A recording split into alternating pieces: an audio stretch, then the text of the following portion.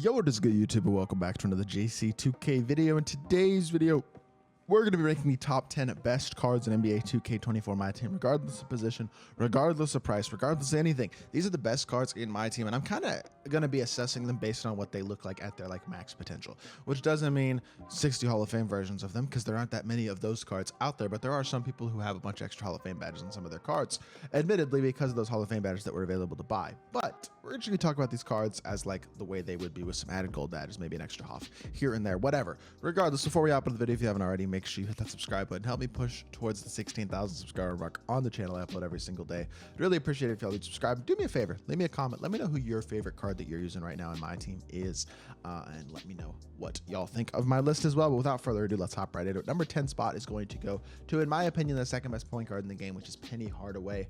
I have become convinced on Penny. I understand that his release is not elite. Everything else about the card pretty much is, though. 6'7", 6'10", wingspan, 93 speed, 91 excel. He's got great shooting ability. He's a very good finisher and a versatile elite defender with very, very solid all-around defensive badges. Great size at the point guard position at 6'7". Playmaking badges that are also very, very good all the way around, including gold speed booster, gold blow by, bailout, break starter, handles for days, unpluckable, Hoff ankle breaker, dimer, hyperdrive, things of that nature as well. He's got Hoff posterizer, bunny, slithery. I mean, he's got some good stuff on him, even bronze limitless range. Really nice, versatile card. I'm a big fan of Penny Hardaway.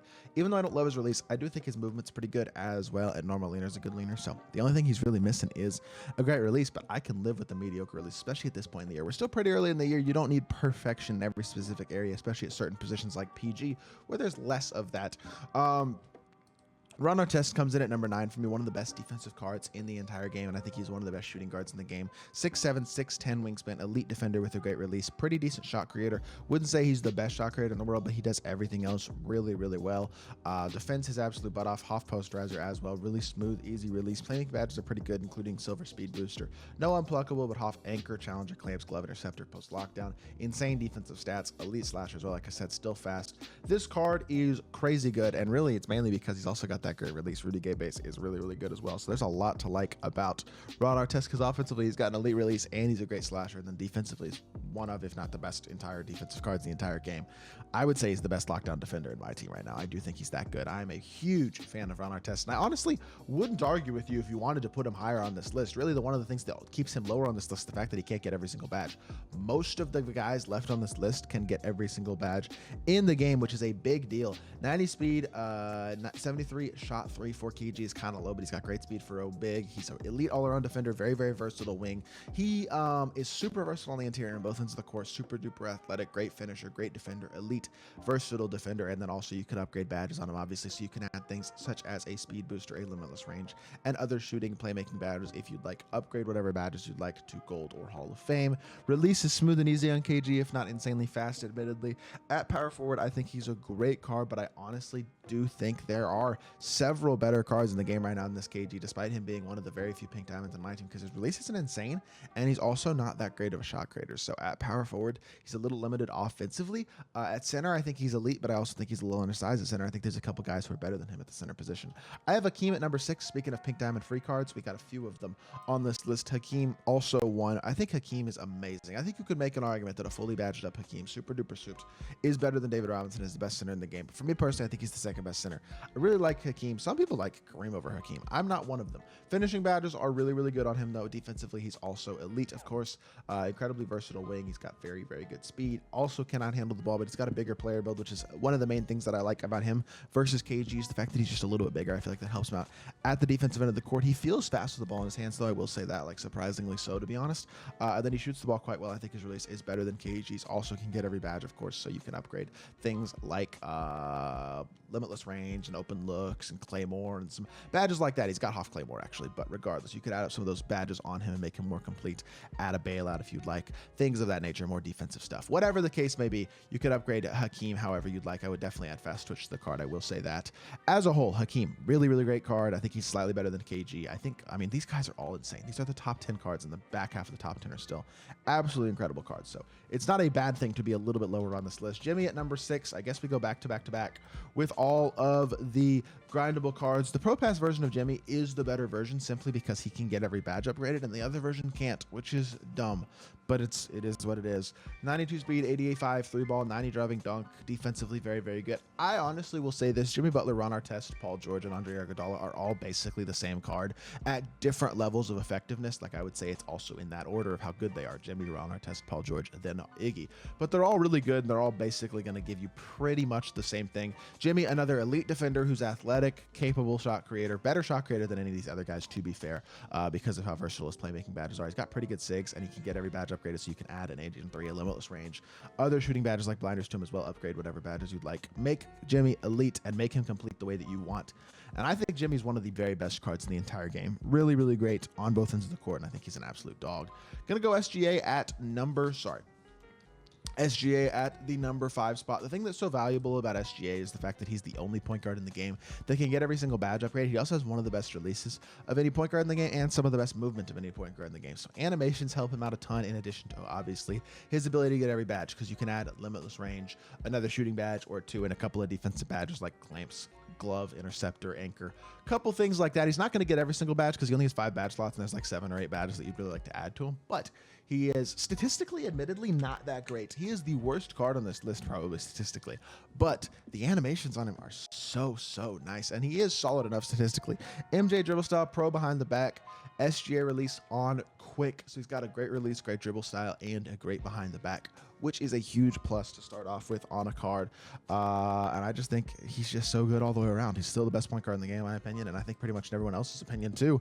Still a top 5 card in my team. David Robinson, only card left on this list who does not get every badge upgraded, but he is the best shooting big in the game while also being an incredible interior force on both ends of the court. He gives you the interior capability pretty much like Wilt, Shaq, Hakeem, Kareem, but also gives you stretch shooting ability with an 85 3-ball, really good release, super duper athletic, of course, has great speed, can shot create even, which is something that none of those guys that I just named, none of those big centers can do. If you add a ball handle shoe to David Robinson and you happen to have Mike D'Antoni, you can time burst with David Robinson as well, which is a nice little plus for those people who can do that. But as a whole, I think D-Rob, great card. I think he's easily the best center in the game. Elite release, moves. I mean, he even has pro behind the back, so he's got like a full court behind the back to work with as well, pushing the ball in transition and stuff.